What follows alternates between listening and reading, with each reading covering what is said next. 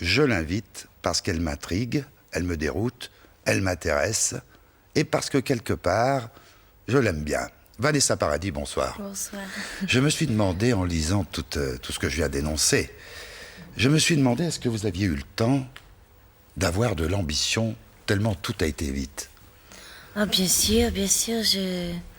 C'est vrai que le premier succès, celui de Joe le Taxi, est arrivé comme ça, sans presque s'en rendre compte, mais que tout ce qui est arrivé par la suite ne m'a jamais été imposé et que j'ai toujours eu le temps de choisir et d'avoir envie et de chercher de faire mieux, de faire différent.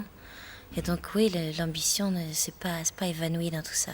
Il y avait quand même, avant l'ambition, quelque chose de beaucoup plus beau, il y avait le rêve de faire ça. Oui, mais c'est pour ça, enfin, les mots qu'on attribue, ce genre de sentiments me plaisent pas trop. Je préfère les images, quoi. Et c'est vrai que c'est pas...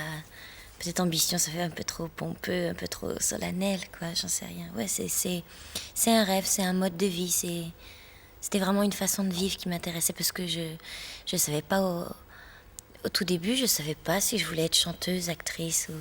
Je savais pas tout ça. Je savais que je voulais vivre une vie différente, quelque chose de désorganisé, où on rencontre des gens formidables et où on voyage beaucoup et où on crée, où on invente et où on rêve. Oui, on rencontre de tout aussi, pas que des gens formidables. Ah, non, mais ceux dont on se souvient, ce sont des gens formidables. Alors en lisant votre vie, il faut appeler ça comme ça, restituée par les magazines, qui disent plus ou moins la vérité, mais en général, vous êtes là pour contrôler. Il y avait une chose qui vous irritait beaucoup à vos débuts, c'est qu'on pensait, on écrivait, ou certains écrivaient, que vous étiez une espèce de marionnette manipulée, qu'il y avait quelqu'un derrière, alors qu'en fait, c'était bien vous qui décidiez de ce que vous vouliez faire ou non. Oui, mais en même temps, enfin, je peux pas dire que je leur en voulais, je comprenais pas, enfin, je pouvais être agacée, mais aussi, on sait très bien que c'est pas que dans ce métier, dans la vie, en général, il faut toujours faire ses preuves, et que quand on a un succès aussi énorme comme ça à 14 ans, on a peut-être la sensation qu'il n'est pas tout à fait mérité, et qu'on a besoin de se rendre compte, qu'on a besoin de voir ce dont cette personne est capable avant de lui offrir un succès aussi immense. Donc c'était peut-être justifié. En tous les cas, permettez-moi l'expression, vous avez un sacré coffre, parce que vous avez traversé des turbulences pas possibles. Je crois que vous avez un mot, vous dites j'avais la tête dans le sac. Il y a un souvenir qui est terrible, c'est le Midem à Cannes. Vous êtes sur scène, la salle se comporte d'une façon éhontée, sifflets, projectiles, etc. Vous avez tenu jusqu'au bout, vous avez fini la chanson. Mais quelle force vous trouvez dans un moment, vous avez trouvé dans un moment comme ça? Moi, ça m'a beaucoup épaté, ça.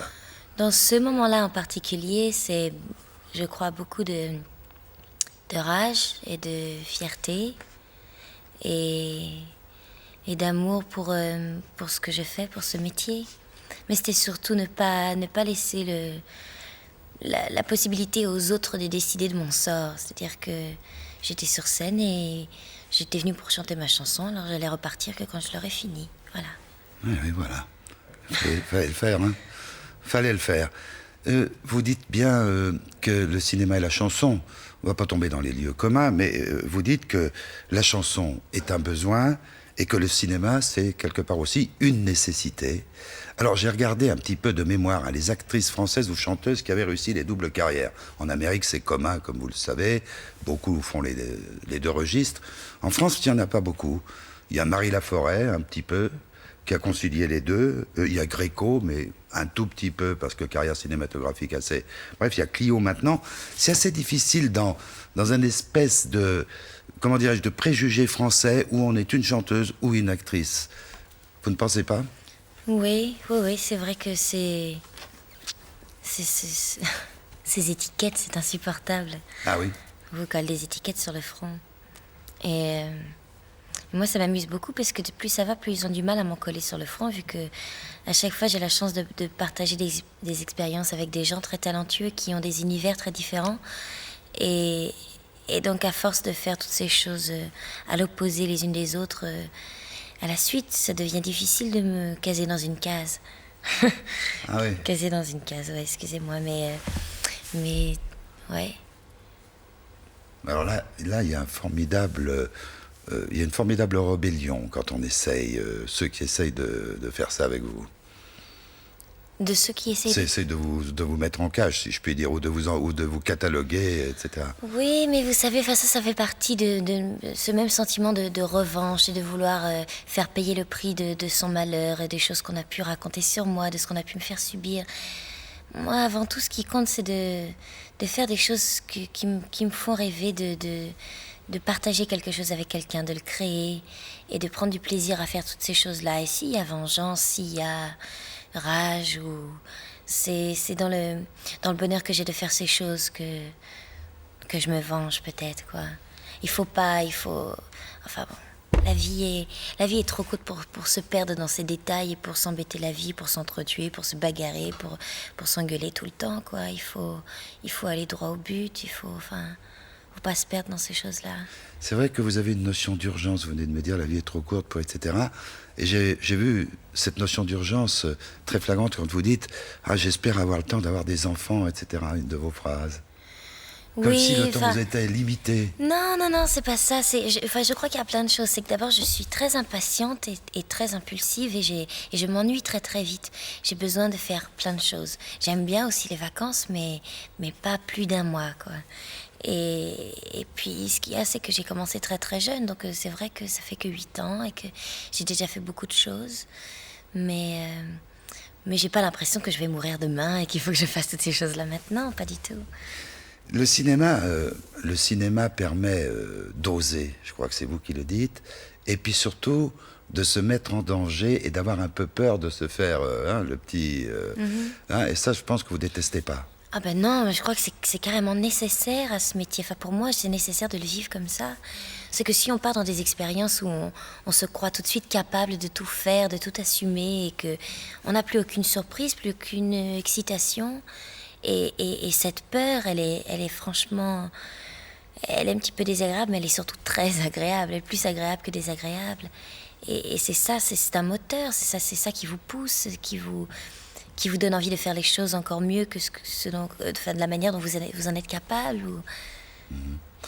Elisa arrive 5 ans après Noces Blanches. Bon, c'est la volonté de Christian Fechner, producteur ô combien audacieux. Je donne au passage que c'est quand même lui qui a sauvé du naufrage les amants du Pont-Neuf, qui a fait tourner Louis de Funès, qui n'était plus assuré, avec tous les risques pour le producteur. Il faut quand même un peu parler des producteurs, parce que le courage vient souvent de là, oui. Et ils entreprennent. Avec Jean Becker, qui lui avait pas spécialement envie de tourner, bon, depuis son triomphe avec L'été meurtrier. Et puis tout à coup, tout ça arrive, un film, Elisa, qui est un hommage à Serge Gainsbourg. Le film lui est dédié à la fin. Et Elisa, c'est une histoire toute simple. Vous me la résumez ou qui c'est qui bosse là? C'est vous? Oh là là, c'est tellement difficile de faire ces choses-là. Allez, en 30 secondes. Écoutez, alors en 30 secondes, sans l'abîmer, j'espère. C'est l'histoire d'une jeune fille qui vient de la DAS et qui est l'assistance publique, je précise, pour le public suisse. Oui, et qui... sa mère s'est suicidée quand elle était toute petite et son père ne l'a jamais connue. Et donc elle vient de l'assistance publique, elle s'est formée sa famille de cœur avec 2 amis avec qui elle fait... plein de bêtises. Elle se débrouille dans la vie quand on n'a pas d'argent, pas de maison, pas de racines, pas de famille. Ils arrivent à se débrouiller quand même et à trouver une certaine sorte de bonheur, en tout cas à être ensemble. Mais il y a un but qu'elle a en tête et qu'elle ne va jamais lâcher, c'est de retrouver son père pour essayer de lui faire payer tout son malheur à elle et tout le malheur de sa mère.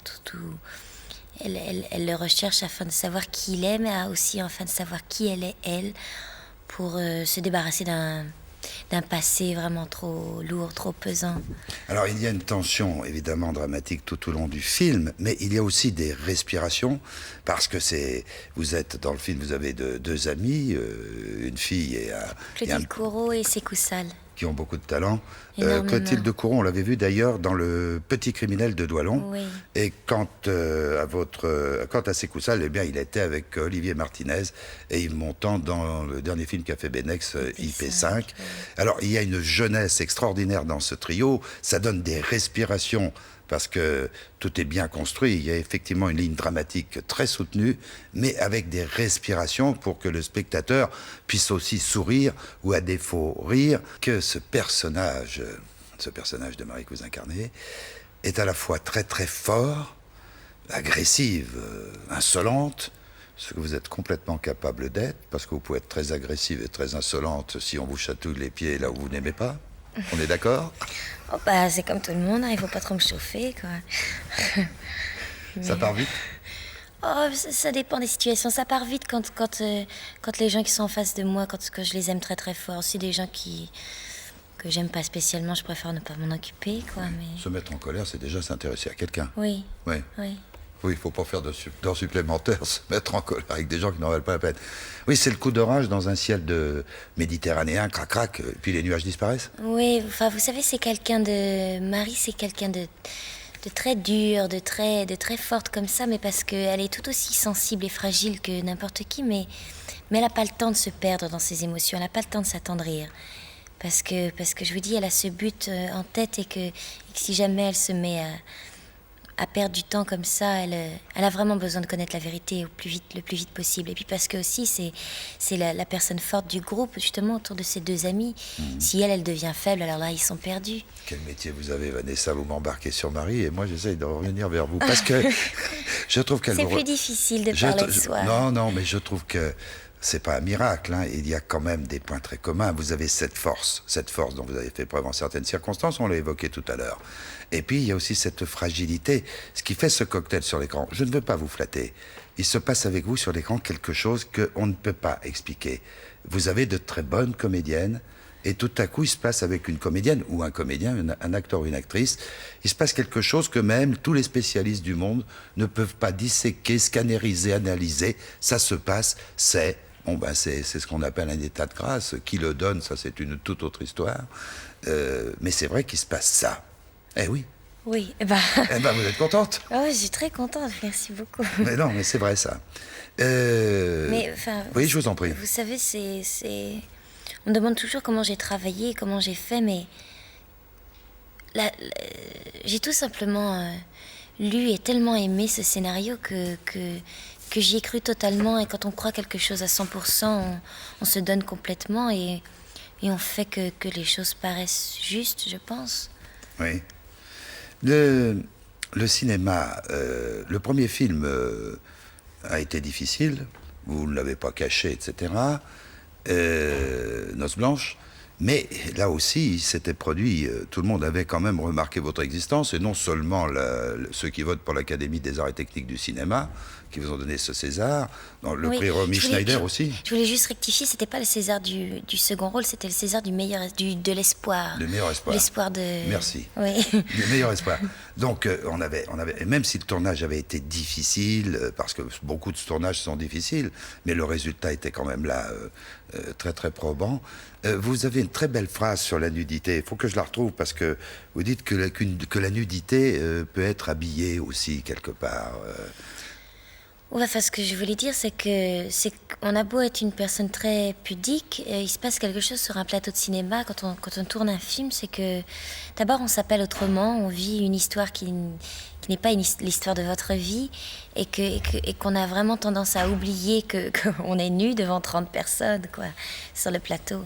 Et puis, en tout cas, dans ce film, la nudité n'était vraiment pas gratuite. C'était pas là pour montrer quelqu'un à poil, quoi. C'est vraiment justifié. C'est une arme dont elle se sert, parce qu'à un moment dans le film, elle se sert d'un revolver, et puis tout d'un coup, c'est pas qu'elle a pas le sang-froid de s'en servir, mais elle décide de se servir de quelque chose de beaucoup plus dangereux, qui est une arme plutôt physique et sensuelle. On peut avoir fait déjà un parcours, être confronté avec le public, avoir vécu des moments houleux comme celui de Cannes, mais il y a eu d'autres moments de bonheur. Ce que j'aime bien, moi, et j'espère que vous le garderez longtemps, parce que ça fait partie de votre qualité humaine tout court et de votre qualité d'actrice, c'est une sorte de fragilité. Eh bien, voici un témoignage de cette fragilité.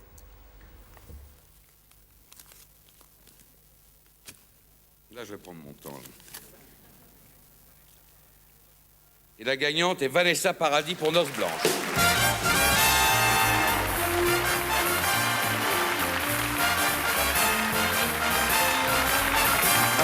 Victoire de la musique après le prix Romy Schneider, un nouveau trophée pour Vanessa.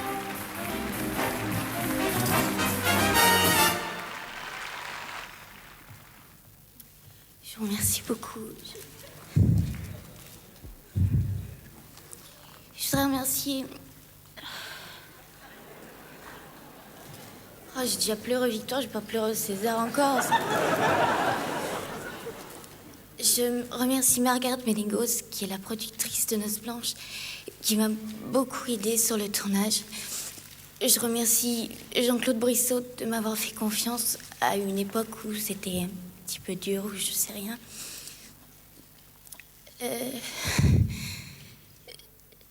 J'embrasse... Enfin, merci à tout le monde. Allez.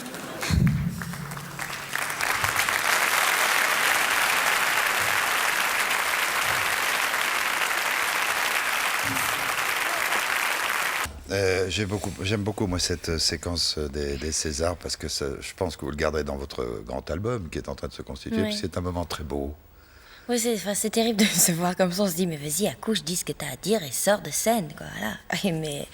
Mais bon, c'est vrai que ce sont des moments très émouvants, même si on peut pas prendre ces remises de prix totalement au sérieux. C'est pas parce que on m'a remis le César de meilleur espoir cette année que j'étais le meilleur espoir, que j'étais meilleure que les 4 autres qui étaient nominés, quoi. Et Il y avait le prix Romy Schneider, qui est pas rien, hein. Oui, mais c'est vrai que ça fait énormément plaisir, c'est une reconnaissance, c'est vous dire bravo, de vous dire merci.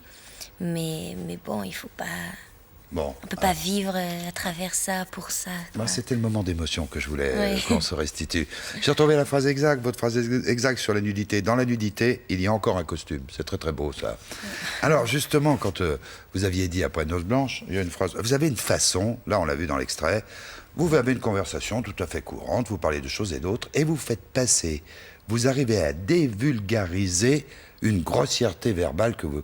Par exemple, dans Elisa, vous avez une phrase fulgurante, vous regardez vos souvenirs dans des WC, vous sortez, la bonne femme qui est la dame pipi, dit ça a été long, et vous répondez c'est long de chier sa vie. Paf. Mais ça passe comme ça, vous avez un art de faire passer ça. La phrase exacte, c'est parce que je suis restée longtemps et que je lui ai donné que 50 centimes, et elle dit c'est tout, et je lui dis c'est ma vie que j'ai chié, ça vaut pas plus. Ouais. Voilà. Ah ben, vous avez bien des changements de vitesse vocale, on s'attend pas, paf, ça passe. Et ça, bon... Alors, par exemple, là, vous avez une déclaration qui est superbe. Après Noces Blanches, vous dites « Mon petit cul, vous l'avez vu une fois, vous ne le verrez pas 2 fois. » Et d'ailleurs...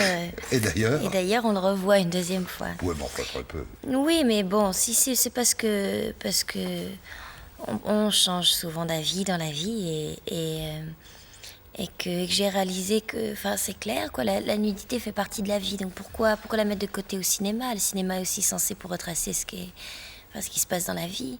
Et puis parce que, je vous l'ai déjà dit tout à l'heure, parce que c'était vraiment justifié. Donc ouais, j'ai changé d'avis. Il y a, et ça c'est plus grave, Vanessa, il y a une scène dans Elisa que nous n'allons pas voir, on ne va pas montrer tout le film. Moi, il y a une scène qui m'a beaucoup... qui m'a beaucoup touché. C'est une scène très très dure. C'est une scène de vengeance. Vous attirez un homme pour des raisons bien précises et vous vous faites passer pour une prostituée. Et il y a dans cette scène, il y a des vibrations sur l'écran, tellement il y a chez vous une rage froide, une haine condensée. Vous n'élevez pas la voix une minute. Et j'ai été stupéfait comment vous avez passé cette scène, comment vous l'envoyez, quoi. Et j'ai l'impression que ça n'a pas dû quand même être la promenade de santé, cette scène, pour vous. Non, oui, ça a été une des scènes les plus éprouvantes, parce que justement, il y a une agressivité contenue, retenue. Toute l'agressivité, elle est restée là, dans mon ventre. Et il y avait juste des mots qui sortaient, qui étaient comme ça projetés à l'extérieur, et que à force de refaire des prises, et à chaque prise, on monte le ton, et on en donne plus, et c'est vrai qu'à la fin de la journée, j'avais des nœuds dans le ventre et que j'étais un peu complètement retournée, quoi. Mais bon, ça va, quoi. Il suffit de dormir et le lendemain, ça a disparu. Oui, vous savez, quand j'ai vu cette scène, j'ai relu un article d'une consoeur talentueuse, qui est Michel Manceau, qui vous avait interviewé après, je crois, je ne sais plus à quel moment elle vous avait interviewé, pour Marie-Claire. je la cite parce qu'elle a beaucoup de talent. Et elle vous a demandé, elle a dit, mais écoutez, pour tout ce que vous dégagez, ce que vous faites passer, j'emploie le mot vibration, moi, parce que je trouve pas d'autre mot. Elle vous avait demandé, qu'est-ce que vous cachez? Il y a une blessure, une fêlure secrète, et vous lui avez répondu oui, mais je ne vais pas vous en parler. Moi, je vous pose cette question. Il y a beaucoup de choses de vous, quand même, que vous habillez de chair et de sang le personnage de Marie. C'est un joker, vous l'avez, hein, vous n'êtes pas obligé de répondre à cette question. Non, mais enfin, je vais vous y répondre, peut-être pas complètement. On a tous des secrets, on a tous des chocs, des blessures en soi, et si on peut arriver à les exorciser à travers un rôle ou à travers quoi que ce soit, quoi qu'on fasse dans la vie. Au cinéma, on truc, c'est vrai qu'on invente, on crée, mais on se sert forcément de choses très personnelles, d'émotions, de situations qu'on a déjà vécues. Enfin, il y a des émotions similaires à travers des situations différentes. C'est-à-dire que moi, j'ai exprimé la douleur et la détresse de Marie, alors que j'ai absolument... Enfin, mon enfance est vraiment à l'opposé de la sienne. Oui. J'ai eu une enfance très heureuse, mais ça n'empêche que j'ai traversé des moments difficiles et que moi, je me suis servie de ces situations-là, mais c'était toujours le même sentiment, la même émotion. Tout le parcours de votre personnage Marie, c'est une quête d'identité, pour savoir qui est son père et le voir, etc. C'est beau ce voyage, ce thème d'ailleurs de la quête, de retrouver, savoir qui on est. Et vous, on a aussi l'impression que vous êtes, non pas en quête d'identité, vous savez qui vous êtes, mais que vous êtes à la recherche, pas du Graal, mais un peu d'une sorte d'absolu, que ce soit dans le domaine artistique, et sans doute dans le domaine artistique, je dirais presque, parlons franc, d'un équilibre de vie, de quotidien tout court. Oui, enfin, je pense que c'est la même chose qui se passe dans le film, quoi. C'est la quête de soi, c'est se comprendre, se connaître, et puis s'accepter. Et il y a forcément une recherche d'équilibre dans tout ça. Comment vous... C'est la question bateau, mais quand même elle est importante. Ce formidable ouragan de succès, de gloire, de célébrité, faut résister à ça, hein. C'est pas si simple. C'est comme un navire qui tout à coup, un petit voilier, qui a un gros grain, un gros coup de vent. Comment les amarres arrivent à rester attachés? Mais vous savez, enfin, j'ai des gens formidables autour de moi. J'ai une famille très très présente et qui m'aime et qui me soutient et puis je sais pas, vous savez, la gloire et le succès, il faut relativiser les choses parce que le jour où les gens ont décidé qu'ils ne voulaient plus de vous, on vous jette à la poubelle et vous avez beau avoir été au top du top, que le lendemain vous n'êtes plus rien, vous n'existez plus. Mais vous pensez quand même pas déjà à ça? Mais non, mais j'y pense pas, j'y pense jamais. Ce que je veux vous dire, c'est que moi je fais ce métier, je le fais pour le bonheur de faire un film, de faire une tournée, de faire de la musique, un album.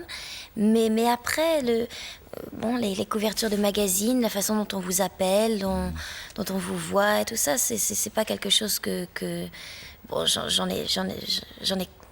j'en suis consciente, mais c'est pas quelque chose auquel je donne une énorme importance. Je ne vis pas pour ça. C'est pas pour ça que je fais les choses que je fais, et que voilà, quoi. Même si on met un titre en dessous de mon nom, du genre star, du genre succès, du genre gloire, quoi, c'est vraiment que des mots pour moi, et que je base vraiment pas ma vie là-dessus.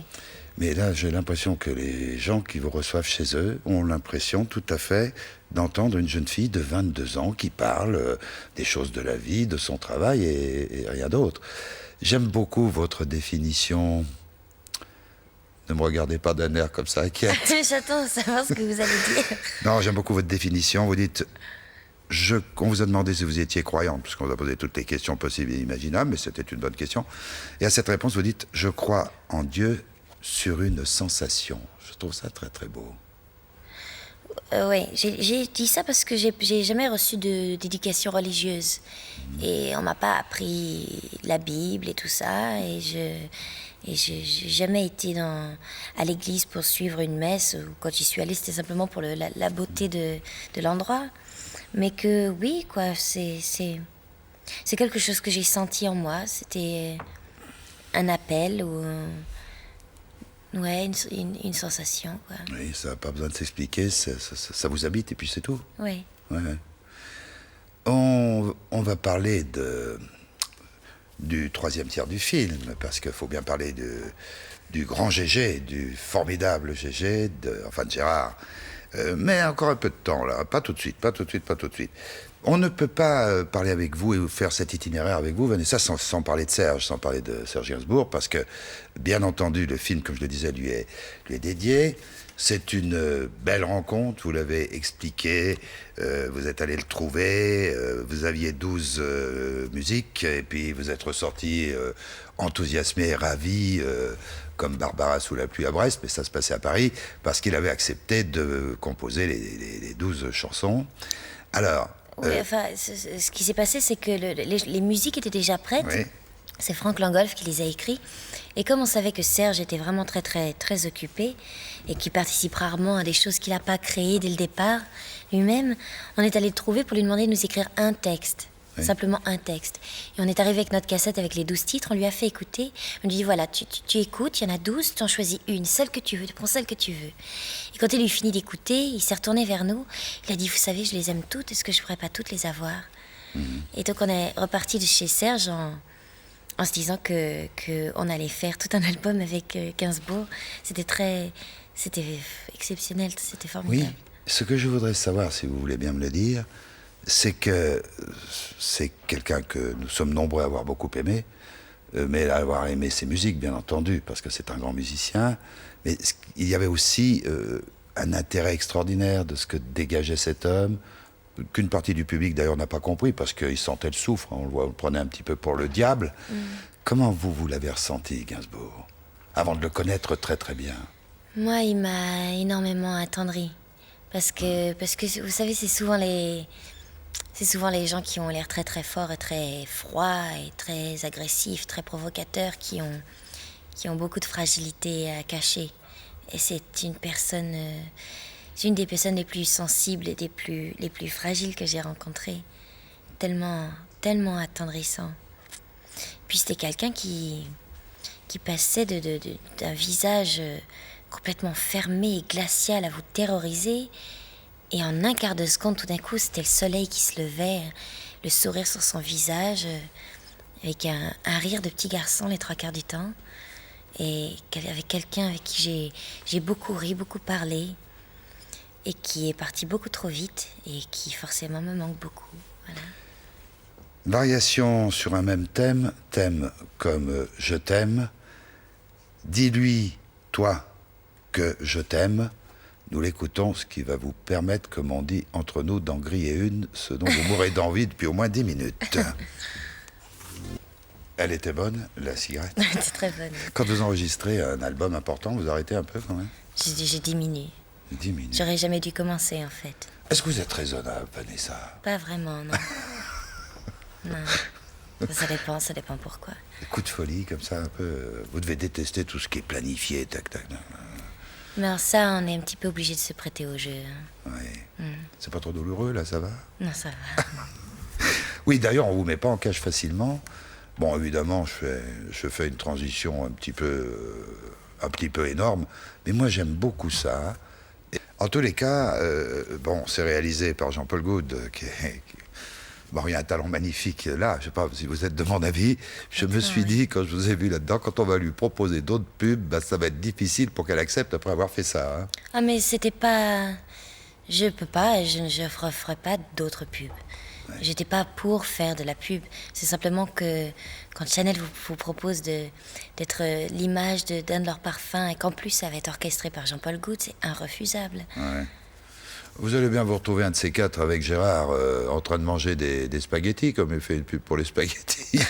Je sais pas. Il y avait beaucoup d'acteurs, d'actrices, vous savez, au Japon, vous êtes au Japon, vous ouvrez votre téléviseur, tac, vous voyez, je donne des coups dans le micro là, moi, c'est émotion. Vous voyez tout à coup Sophie Marceau, qui tout à coup fait une pub au Japon, Fernandel jadis en faisait en Italie, mais pas en France, enfin bref. Mais c'est vrai qu'après celle-là, c'est bon. On arrive, on revient à Elisa, parce qu'on l'avait un petit peu perdu de vue, là, en apparence seulement. Alors il y a eu toute une partie du tournage qui s'est passée à l'île de Sein, qui est au large des côtes bretonnes, où je crois c'est un moment de bonheur précis pour vous, non seulement parce que vous tournez, que vous aimez le film que vous faites, mais parce que vous aimez la chaleur des gens et que vous l'avez ressenti pleinement, et puis surtout parce que vous adorez faire la fiesta et que c'était la fête pratiquement tous les soirs avec vos partenaires, danser, rire, etc. Donc c'est une petite page de bonheur dans le cœur, ça. Hein. Oui, c'était surtout qu'on avait affaire à des gens là-bas tellement simples, tellement beaux et tellement généreux que tout ce dont on se sert dans une ville, la télévision, le cinéma, les restaurants, les sorties, toutes ces choses-là, tout ça devient tellement futile.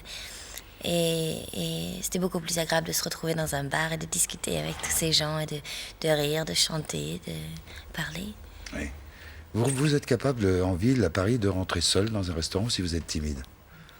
De rentrer seule dans un restaurant. Ah là, non, j'y ai pas pensé parce que c'est un petit peu compliqué. Oui. Et puis si j'ai envie d'être seule, je préfère rester chez moi plutôt d'aller dans un restaurant. Oui. Bon, je vais même pas vous demander si vous savez faire la cuisine. Si, je sais. Pourquoi vous ne me demanderiez pas? Je ne suis pas du genre à faire la cuisine tous les soirs, mais Pour les j'adore ça. copains, Oui, si, pour les copains, mais pas tous les jours, de temps en temps. spécialité?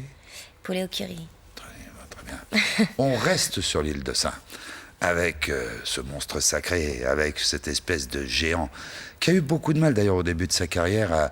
Toute une partie du public pensait que c'était une grosse brute. Il y avait une espèce de refus. Il a fallu beaucoup de temps pour que le public français s'aperçoive qu'il avait là l'un des 3 plus grands acteurs au monde. Vous savez qu'il va tourner en Amérique avec Whoopi Goldberg. C'est donc une carrière américaine, et depuis Boyer, Chevalier et Louis Jourdan, il n'y avait pas beaucoup de Français qui avaient réussi ça, donc heureux. Et puis bon, moi je ne suis pas objectif vis-à-vis de lui, parce que d'abord je trouve qu'il a un talent immense et que humainement, c'est quelqu'un de très c'est rare. quelqu'un de rare, voilà. Ouais. Oui. Mais vous pouvez en parler mieux que moi, peut-être. Oh, je ne sais pas si je peux en parler mieux que vous. C'est quelqu'un qui rend les choses, qui rend la vie beaucoup plus facile et beaucoup plus simple. Et puis, quand on se retrouve en face de lui, quand on joue la comédie, on oublie qu'on est en train de jouer la comédie. On a l'impression qu'on est en train de vivre ce qu'on joue, tout simplement. Ça devient très magique. Et c'est quelqu'un de tellement drôle. J'ai passé tellement... Je me suis retrouvée 150 000 fois à 2 secondes de rentrer dans une scène et de devoir donner ma réplique en plein fou rire parce qu'il me racontait plein de choses très très drôles. Ouais. Et il est très généreux aussi, et il est évidemment immensément talentueux. Vous avez trouvé le mot, Vanessa, il est vraiment généreux. Toutes ses partenaires ou ses partenaires que j'ai interviewés m'ont toujours dit qu'il y avait une générosité folle. Et peut-être que dans votre carrière cinématographique, un jour, même avec un acteur talentueux, vous aurez l'impression de jouer avec un sparadrap, ce qui est plus difficile. Là, il y a vraiment une masse d'hommes qui est là, qui est attentif et qui renvoie la générosité, comme on dit. Hein. Mais c'est pas vraiment la carrure, on parle toujours de la carrure de Depardieu. C'est ce qu'il y a à l'intérieur, c'est pas ce qu'il y a dehors. Ouais. Ce qui fait passer dans le regard de l'un et de l'autre, c'est très fugitif comme un éclair, mais s'exprime tout les sentiments de l'un et de l'autre. Et je voulais souligner ce travail de Becker, parce que c'est important quand même, un metteur en scène dans un film. Jean, c'est quelqu'un qui aime les acteurs, qui aime travailler dans le bonheur, et c'est une personne très très gaie, très vivante, et qui distribue comme ça sa joie et sa bonne humeur à tout le monde. Là, on a des extraits. Et puis il fait des beaux films. Oui. Ça, on doit être un petit peu... Oui, on est dans le tournage, là, le tournage des tournages. Oui, je sais que nos téléspectateurs adorent toujours de rentrer dans ces coulisses. C'est très... C'est une intimité quand on rentre un petit peu comme ça sur le tournage d'un tournage, parce que c'est une famille, une équipe qui tourne, qui travaille. Et c'est bien qu'on vous ait vu là comme ça. Dites-moi, mais vous avez bon goût, ma chère Vanessa. Vous aimez Tarantino, vous aimez Blier, vous aimez Almodovar, vous aimez Woody Allen. Vous avez vu Coup de feu sur Broadway? Bien sûr, ouais, je l'ai vu C'est 2 fois. un petit bijou, hein. Génial. Hein? Génial. Ah là là là là là. Bon, bah c'est pas mal, ça. Marilyn, grande tendresse. Oui, Marilyn Monroe. c'est la première femme après ma mère qui m'a, dont j'ai été très très admirative. J'avais 6-7 ans, je suis tombée sur une photo d'elle et tellement belle et tellement émouvante. Vous savez que c'est un métier qui peut tuer aussi, hein. Marilyn en est un exemple. Robbie Schneider en est un autre, et il y en a d'autres. Oui, c'est très dangereux. Les gens ont toujours l'impression qu'on ne fait que s'amuser, de prendre du plaisir et qu'on ne fait qu'on ne fait que des films et des interviews et que c'est très facile la vie comme ça, les voyages, les grands hôtels, mais ça c'est tout ce qu'on voit. C'est tout ce qu'on ne voit pas qui est dangereux. Personne ne voit les solitudes ou la solitude quelquefois. Non, puis le stress et puis la pression et le... Enfin, c'est difficile de l'expliquer avec des mots, ça se vit tous les jours et quand on accumule ces choses-là, c'est pour ça qu'il faut un équilibre très Très grand. très grand et que les gens qui vous entourent sont immensément importants. Oui. Je suis persuadé, c'est une intuition, que vous devez être superbement doué pour gaspiller le temps libre quand vous en avez, quitte après, quand vous êtes à 100 à l'heure à travailler à mort, vous dire non, j'ai rien fait pendant ce temps-là. Vous êtes un petit peu, c'est un luxe d'avoir de gaspiller du temps. Oui, c'est-à-dire que... Je ne suis pas passé loin, là. Non, vous n'êtes pas passé loin. C'est-à-dire qu'on a toujours du mal à profiter de ces moments-là. Ouais. Et c'est toujours quand on les a plus qu'on se rend compte qu'on aurait dû en profiter, qu'on aurait dû se laisser vivre, ne rien faire et se reposer. Mais on n'est jamais... C'est ça le problème, c'est que on veut toujours ce qu'on n'a pas au moment où on l'a pas, et puis quand on l'a, on voudrait autre chose, et après quand on l'a plus, on regrette de ne plus l'avoir. Enfin, c'est la vie. C'est la vie. Mais elle est belle, la vie, non? Elle est très belle, À oui. 22 ans, Elle est très très belle. tout ce qu'il y a devant. Hein? Ah bah plus franc et massif, comme Oui, disait. non, oui. Elle est Bah, il y a belle. Bali que vous avez envie de voir. Non, vous n'avez pas envie de voir Si, Bali? si, Vous avez envie de voir le Vietnam? Oui. Mais dites donc, enfin l'Asie, hein, en général. L'Asie et l'Amérique du Sud aussi, j'aimerais bien. Alors vous savez que Fechner est magicien, votre producteur. Hein? Bah, je sais oui, bien, j'étais oui. dans un jury de magiciens avec lui, moi, qui connais rien à la magie, il est passionné par la magie. Alors un magicien peut tout faire, je crois qu'il a dans la tête un vague projet. C'est de réunir, après plus de 24 ans, après Borsalino, Delon, Belmondo sur une affiche, et puis au milieu de ces deux monstres sacrés, Vanessa Paradis. Oui, non, enfin ça, c'était quelque chose que Christian avait envisagé et qui ne s'est pas fait. Il y a beaucoup de choses comme ça dans... Il a de la suite dans les idées. Dans Hein. le cinéma, oui, mais c'est le plus difficile, c'est pas de trouver des acteurs et des metteurs en scène. Le plus difficile, c'est de trouver des idées et des sujets, des scénarios. C'est ça qui est compliqué. Eh oui. On n'a pas beaucoup le temps de parler de la grande respiration. On met ce micro, décidément, et j'y en veux. Pardon à l'ingénieur du son. La grande respiration que fit l'Amérique, bon, et puis surtout le travail avec Lenny Kravitz, un album, un travail encore là, et je pense que ça a été aussi un apport considérable. Ben, vous savez, ça fait partie des choses comme ça dont je vous parlais tout à l'heure. C'était aussi une expérience que j'avais jamais vécue et qui était très différente de tout ce que j'avais vécu auparavant. J'ai vu aux États-Unis, j'ai travaillé avec des Américains et lui plus particulièrement qui est quelqu'un d'aussi très généreux, de très libre, de très ouvert et qui m'a fait partager un univers musical dont je rêvais. J'avais envie de chanter ce genre de chansons et lui, il me les a offerts. Ce qui je trouve formidable, c'est que tout ce que j'ai évoqué, ce qu'on a fait, là, ce raccourci de vie, 22 ans, c'est encore le nombre de désirs formidables que vous avez, quoi, qui sont là, intérieurs, pas blasés, hein? Non, surtout pas, ce serait terrible. La scène, c'est pour quand? Oh bah alors là, j'en sors, c'était il y a un an et demi. Presque jusqu'à l'épuisement, hein, faut le Oui, dire. oui, mais c'était magnifique, c'était inoubliable. Et rien que pour ça, j'ai envie de refaire de la musique. Et rien que pour le plaisir de se retrouver sur scène, c'est quelque chose d'inexplicable. Je suis désolée, je suis là pour expliquer, mais je ne peux pas. Parce qu'il y a quelque chose qui se passe sur scène entre le public et le groupe qui est sur scène qui est différent chaque soir, même si c'est les mêmes chansons. Ouais. Et non, c'est vraiment très très beau. Je vous crois. Merci d'avoir répondu avec autant de spontanéité, de sincérité, d'avoir été vous-même face à ces caméras. Vanessa, je vous en remercie infiniment. Elisa, sur cette semaine sur les écrans. Et nous allons nous quitter. Nous allons nous quitter avec un extrait de l'album, justement, concocté avec Lenny Kravitz, qui s'appelle, en français, « Aussi longtemps que tu seras là, Just as long as you are ». Merci, Vanessa. Merci.